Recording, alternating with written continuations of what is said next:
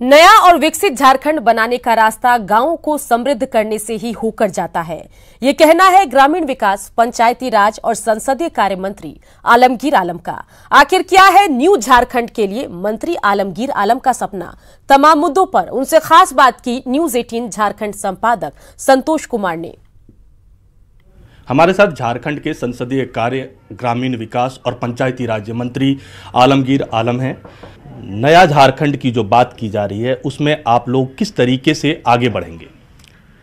देखिए, ये बात जब झारखंड किस तरह आगे बढ़ेगी और हम लोग का क्या सोच है, तो सबसे पहले कहना चाहूँगा कि 2000 में झारखंड राज्य अलग हुई और इसके पहले बहुत सारी हेजिटेशन हुआ, धरना प्रदर्शन हुआ, लोगों की जान भी गई।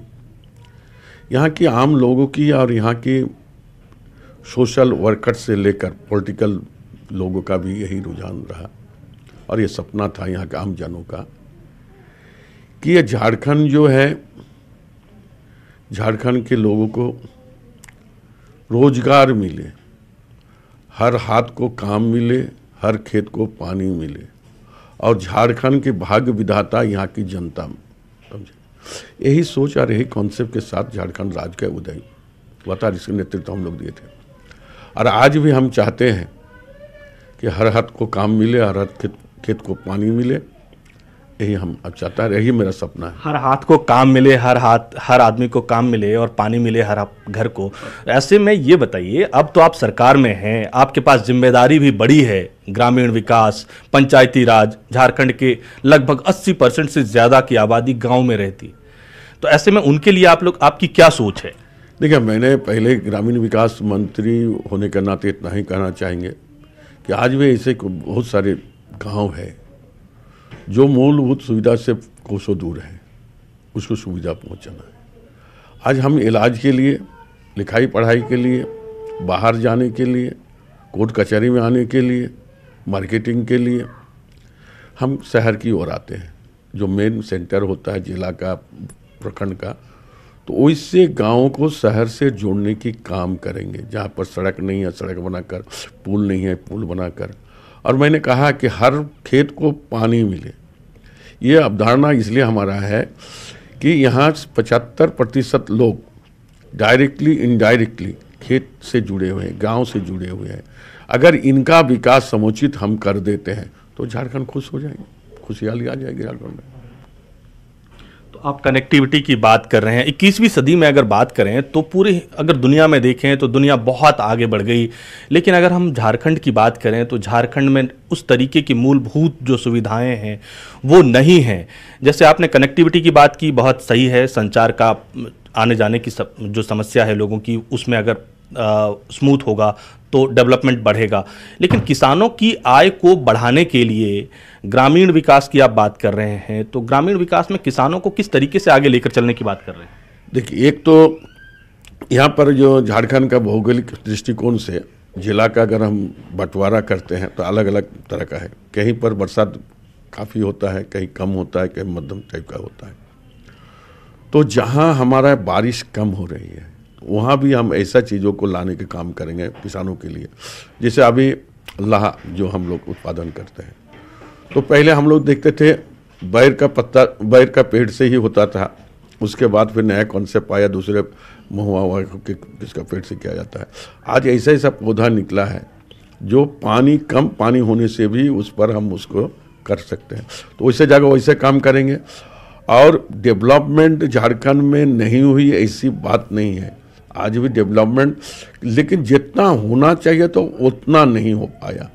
आज भी ग्राम की सड़क बनी है लेकिन कुछ छूटा हुआ है।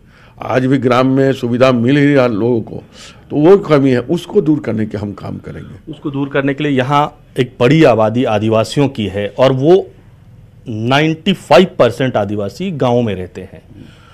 उनके लिए किस तरीके की आप लोग सोचते हैं? क्योंकि वो लोग अभी भी मुख्य धारा में नहीं आ पाए हैं, अभी भी विकास उन तक नहीं पहुंच पाया है जितना पहुंचना चाहिए।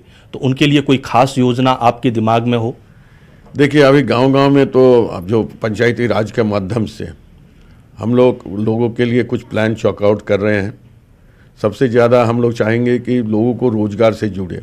आपको याद होगा कि 13-14 में भारत सरकार ने एक नियम लाया था कि हर लोगों को, मतलब जो गरीब तबके के लोग हैं, ग्रामीण क्षेत्र के लोग हैं, उनको 100 दिन का मैंडेट मिले।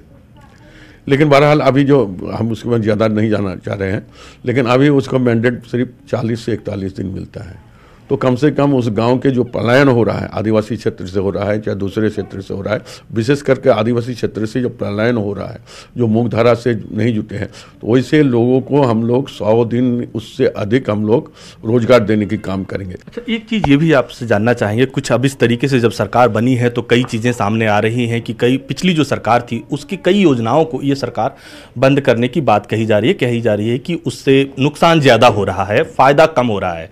तो ऐसे में आपके मंत्रालय से भी जुड़ा हुआ कुछ ऐसी स्कीमें हैं जिसको कि आप लोग बंद करना चाहते हैं, जिसके बारे में यह है कि वो अब उतना फायदेदायक नहीं रहा? देखिए, ऐसा तो 2-4 स्कीम का नाम आप लोग सुने होंगे कि उसको बंद करने के ये सरकार चाह रही है। एक हमारा यहाँ हमारा विभाग एक चल रहा था कि आदिवासी ग्राम विकास समिति, ग्राम विकास समिति, जहाँ पर आदिवासी नहीं, ग्राम विकास समिति, उसमें सालाना 120 करोड़ रुपया का बजट कराया। एक प्राइवेट संस्था 5 आदमी मिलकर ये समिति बनाकर उसको 4 लाख से 5 लाख रुपया दे दिया और वो काम सरजमीन पर कुछ नहीं हुआ। तो सालाना 120 करोड़ रुपया का जो खर्चा हो रहा था, तो ऐसा देखिए, वहाँ पर मुखिया है, पंचायत समिति है, जिला परिषद है, उनके माध्यम से क्यों नहीं होगा?